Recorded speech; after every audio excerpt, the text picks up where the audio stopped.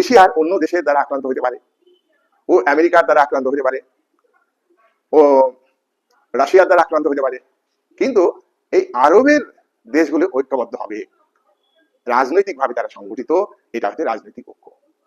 ভাববে একটি মাত্র আরব, কনফেডারেশন অফ আরব, আরবের একটা সংস্থা, প্রত্যেকটা আরবের প্রত্যেকটা দেশ সার্বভৌম, স্বাধীন, স্বতন্ত্র, পাশাপাশি তারা প্রত্যেকে একই ভাববে যে আমরা আরবীয় জাতি।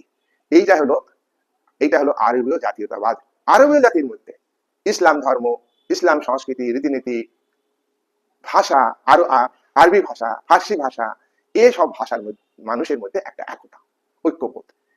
বিদেশি আধিপত্যবাদ অর্থাৎ ইউরোপের কোন শক্তি, আমেরিকা মতো এক নাম্বার শক্তি, এশিয়ার চীন কি ভারত, যেই অ্যাটাক করুক না কেন, আরবের সমস্ত দেশের জনগণ ঐক্যবদ্ধ হবে।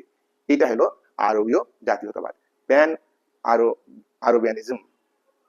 এটা দেখো, আমরা বলবো যে এই যে 19 শতকের আরবে মানে যে কালচার ছিল সেটা উন্নত মানের ছিল, ভাষা, সাহিত্য, এই সমস্ত আরবীয় যে কালচার, সেটাকে কিন্তু হাইলাইট করা হয়েছে তুরস্কের বিরুদ্ধে, অটোমান তুরস্কের বিরুদ্ধে। আর প্রথম মহাযুদ্ধের পর, প্রথম মহাযুদ্ধে তুরস্ক কোন পক্ষ নিয়েছিল বলো? প্রথম মহাযুদ্ধে তুরস্ক শত্রুপক্ষে অর্থাৎ অস্ট্রিয়া জার্মানি পক্ষ নিয়েছিল, পরাজিত হয়েছে মিত্র শক্তির দ্বারা। তাহলে তুরস্কের পতন হলো, মানে তুরস্ক সাম্রাজ্যের পতন হলো। আরবীয় জাতীয়তাবাদ, তুরস্কের যে জাতীয়তাবাদ, অটোমান যে সংস্কৃতি, অটোমান যে জাতীয়তাবাদ, তার বিরুদ্ধে প্রতিবাদ করেছে। আর তুরস্কের প্রথম মহাযুদ্ধের পতন হলে ব্রিটিশ উপনিবেশ তুরস্কে প্রতিষ্ঠিত হয়েছে।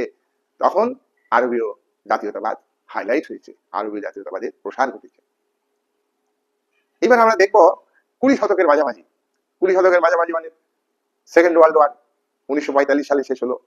সেকেন্ড ওয়ার্ল্ড ওয়ার অর্থাৎ দ্বিতীয় মহাযুদ্ধের পর ইজিপ্টের একজন শাসক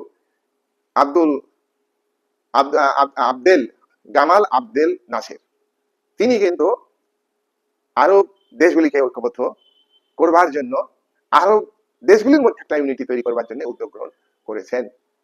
তাহলে আরবীয় জাতীয়তাবাদের ক্ষেত্রে আমরা যেটা ব্যাকগ্রাউন্ড দেখলাম, আরবীয় জাতীয়তাবাদ সৃষ্টির ক্ষেত্রে ইসলাম ধর্ম কাজ করেছে।